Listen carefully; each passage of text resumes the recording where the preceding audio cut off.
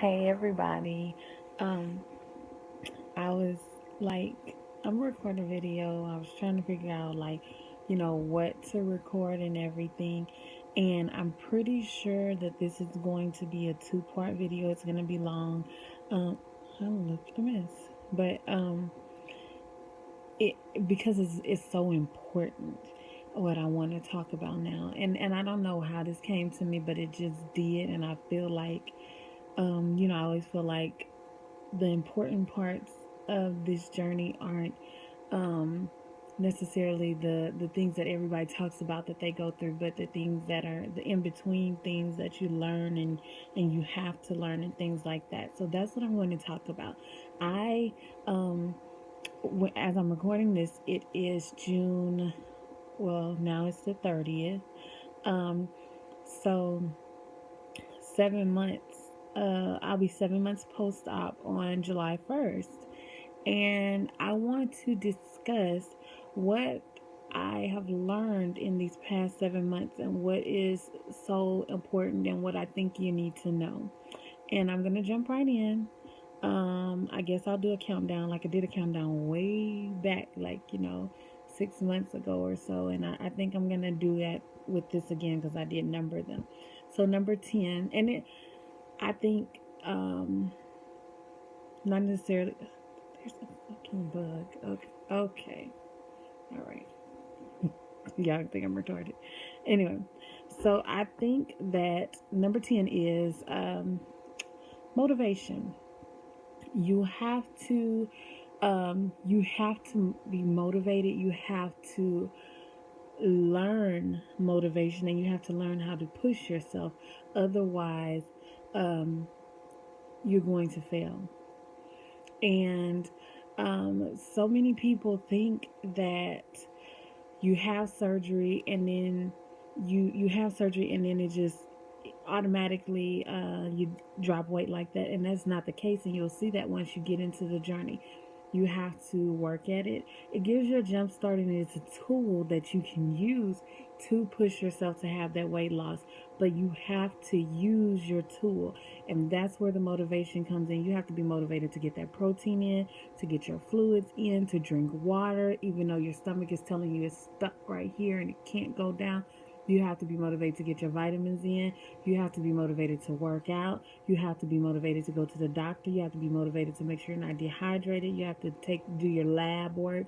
You have to take care of your body. And all of that is being motivated, meaning you have to push yourself when there is nobody else there to push you. You have to do those extra set of squats like I had to do today, even though my legs and thighs were burning. That is the motivation that I'm talking about. It comes from within. I'm not talking about your support groups. I'm not talking about your Instagram people. I'm not talking about the YouTube comments I get. I'm not talking about any of that. I'm talking about the motivation within me.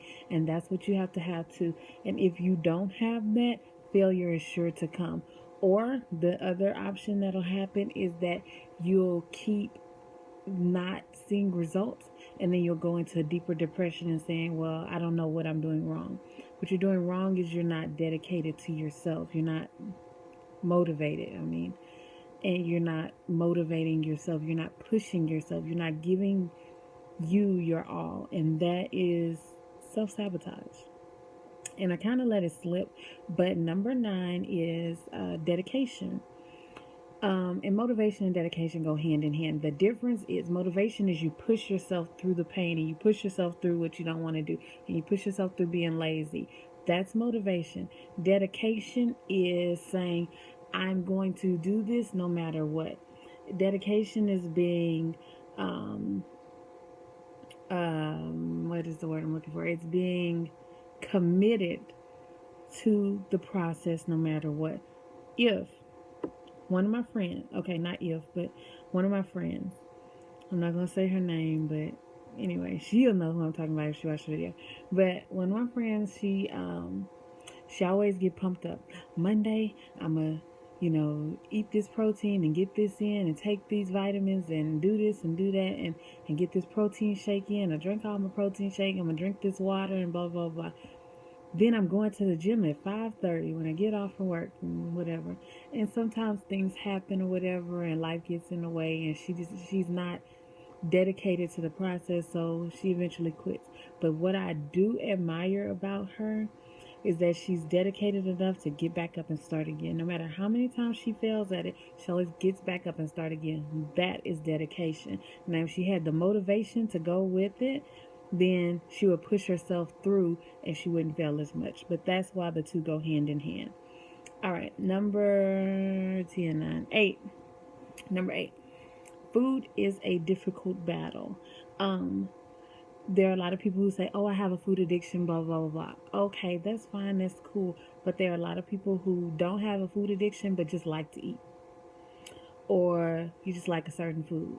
For me personally, that is rice and gravy and pasta. Mainly rice, though. Rice is my favorite food. I have given that up so much. Every now and then I have it, because I don't completely deprive myself. And when I'm at a stall, I'll do like a little carb cycle to try to get it in, even though it's not the right type of carb. That's what I want, so that's what I do. Whatever. But yeah, food is a difficult battle, and it's so different. I know some people probably have heard this before, but it's like, um, you have alcoholics, you have drug addicts, and things like that, and they have to go through withdrawals and battle their addiction and then never have it again. With food, you have to have it every day. Food is essential for life.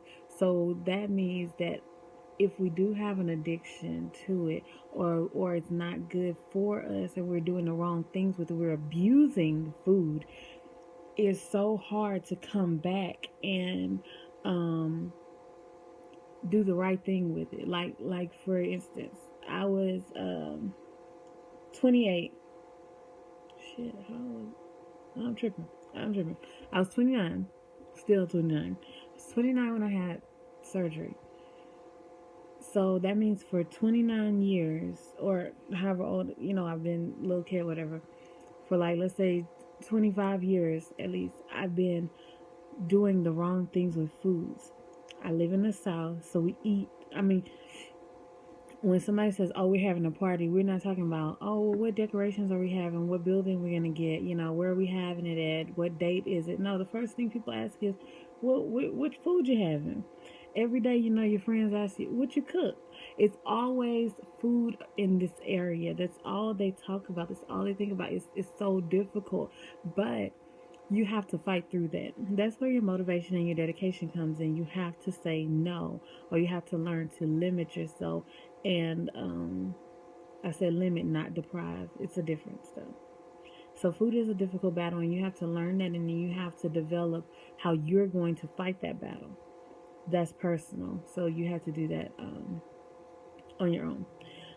Number 10, 9, 8, 7. Number 7.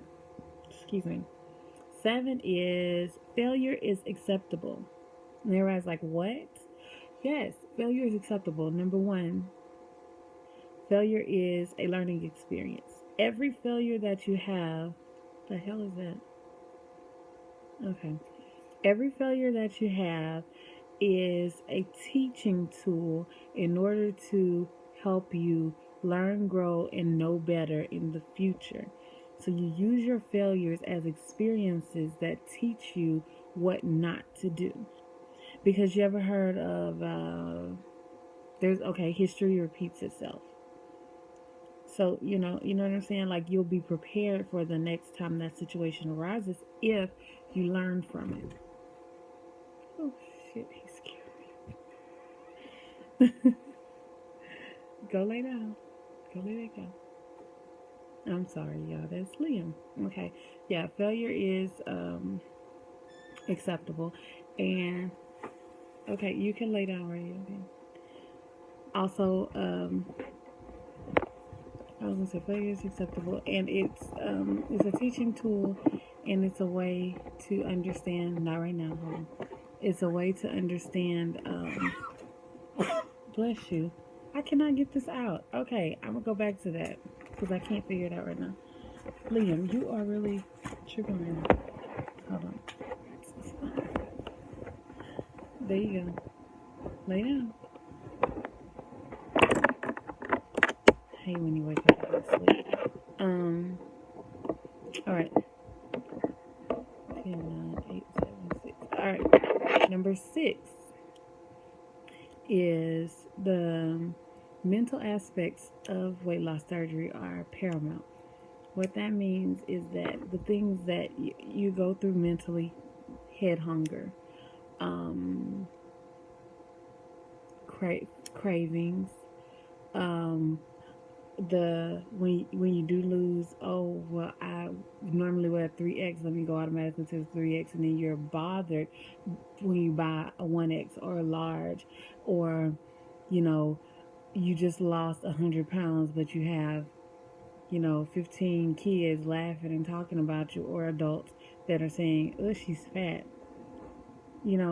Those things play with your mind, and you have to be mentally prepared for them, um, so that it does not affect you as much and it does not affect your journey. Because what can happen is it can put you at a standstill, it can make you lose your motivation, it can make you lose your dedication, and it can make you go back to a losing battle with food. Okay, see how it all is connected. Um, that was number 6. Number 5, I've learned that everyone is not ready.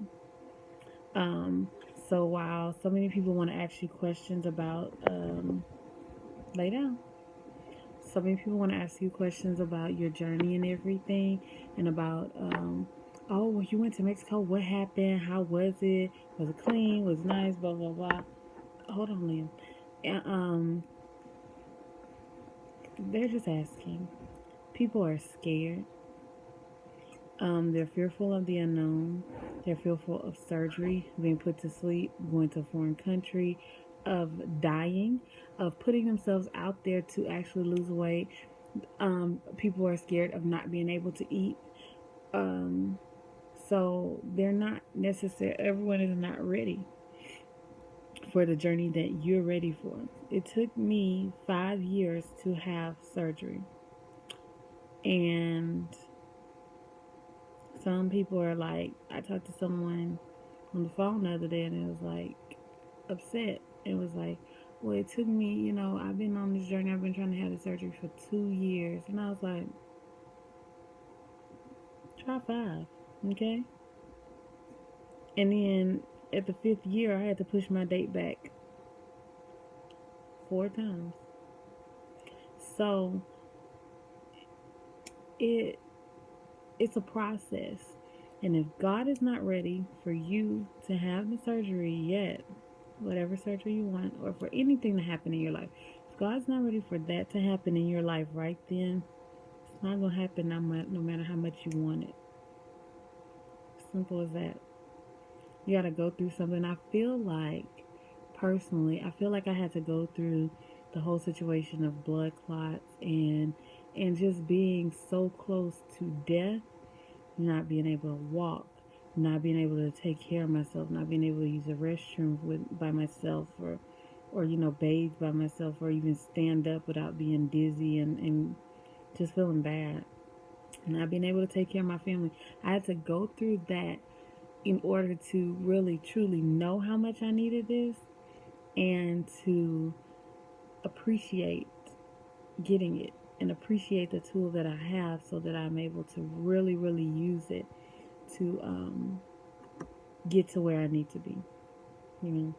So everyone is not ready, and just because you are ready does not mean that everyone else needs to hop on the bandwagon and go have surgery in 2 weeks because you gave them the information. I had to learn that. Yeah, I'm gonna come back with part 2.